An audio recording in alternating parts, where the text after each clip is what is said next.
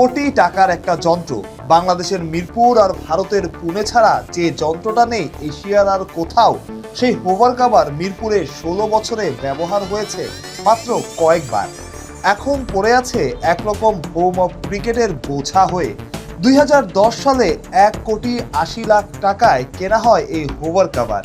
তারপর পরীক্ষামূলক কিছুদিন ব্যবহার করা হলেও এরপর থেকে অহেতুক পড়ে আছে মিরপুরে। এবার মোর্চে ধরা সেই যন্ত্র ঠিক করার উদ্যোগ নিতে যাচ্ছে বিসিবি। হোভার কাভার সাধারণত ইংল্যান্ডে ব্যবহার করা হয়, ভারতের পুনেতেও ব্যবহার হয় নিয়মিত। গণমাধ্যমের খবর, একবার এই হোভার কাভার নাকি বিক্রিরও চেষ্টা করা হয়েছিল ভারতের কাছে, তবে সেই চেষ্টা সফল হয়নি। অবহেলায় অযত্নে পড়ে থাকা কোটি টাকার হোভার কাভার কোনো কাজেই লাগছে না, উল্টো মিরপুরের অনেকটা জায়গা দখল করে আছে এই যন্ত্রটা। তবে হোভার কাভারের জন্য ভালো খবর বই কি, এই যন্ত্র নজরে পড়েছে টনি হ্যামিংয়ের।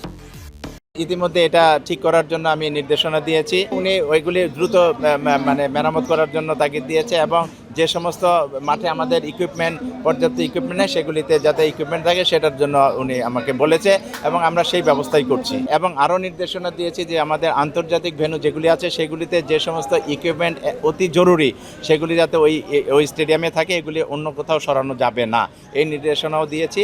সুতরাং এগুলি অনেক সময় দেখা যায় যে বাংলাদেশের ক্রিকেটে এখন এই অবস্থা যে এক মাঠ থেকে আরেক মাঠে ইকুইপমেন্ট নিয়ে খেলা চালানো, এটা কিন্তু বেমানান।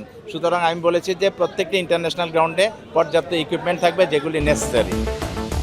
তবে চিন্তার জায়গাও আছে। অনেকেরই মত, বাংলাদেশের আবহাওয়ার জন্য এই হোভার কাভার উপযুক্ত নয়, এমনকি অতিরিক্ত আর্দ্রতায় উইকেট ভিজে যাওয়ারও ভয় থাকে। তবে টনি হ্যামিংয়ের নজরে যেহেতু এসেছে, বিসিবি যেহেতু বিশেষ এই যন্ত্র নিয়ে ভাবছে, মিরপুরে পড়ে থাকা এই হোভার কাভারের একটা গতি হয়তো নিশ্চিত করেই হবে।